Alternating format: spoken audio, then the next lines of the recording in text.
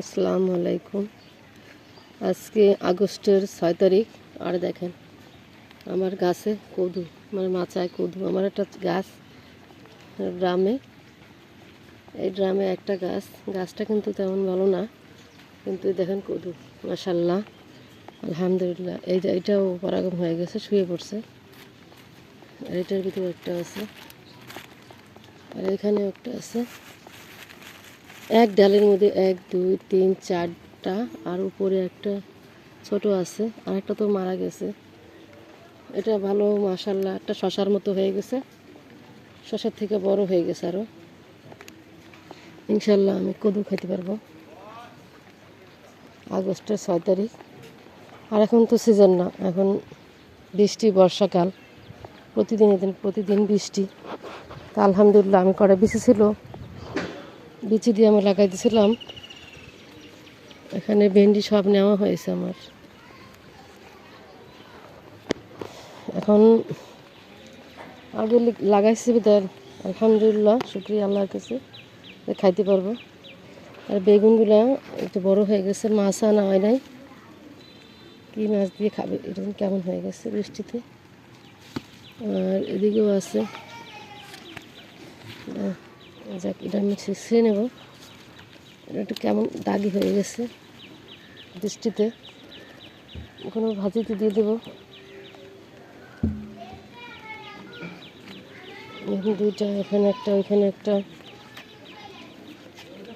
আর ওই একটা গাছে সাদা বেগুন আছে,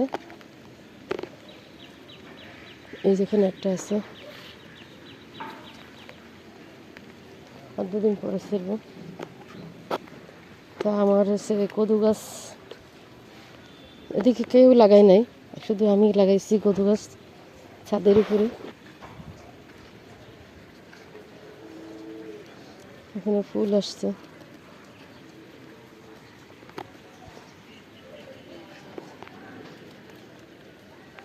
আমার চিন্তা কোন সময় পোক লাগে যায়, কারণ আমার ছাদ বাগানে পোক আছে, মানে বিভিন্ন ধরনের। পোকের জন্য আমার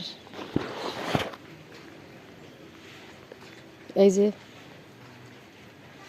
পোকের জন্য, মাছি পোকার জন্য, এই যে দেখেন এই জায়গায় বসে রয়েছে, ওই ওষুধের গ্রানে ওই জায়গায় বসে রয়েছে, ডোকে নাই। দেখেন মাছি পোকা কত ধরা পড়ছে, মোবাইলে উঠতেছে না, ভিতরে অনেক মাছি পোকা।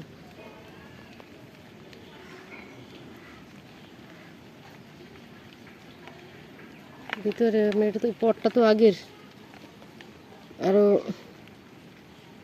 5-6 মাস আগে কেনা হয়েছিল, ওই সময় কদু গাছ ছিল। ভিতরে অনেক দেখা যেতেছে না।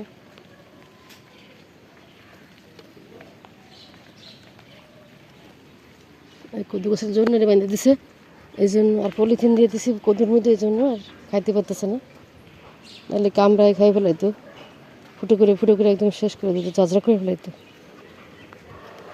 এখন আমার সিম গাছগুলো কী অবস্থা করে ফেলাইছে, একদম পাতাগুলো সব খাই ফেলেছে। রস খায় না কি আল্লাহ জানে, একদম দেখেন। এখন বৃষ্টি পড়তেছে, আর আমার ক্যামেরাতে পড়তেছে বৃষ্টি। তো আজকের মতো আসসালামু আলাইকুম। সুস্থ থাকবেন, ভালো থাকবেন, আর নামাজ কালাম পড়বেন বেশি বেশি। আল্লাহ হাফেজ।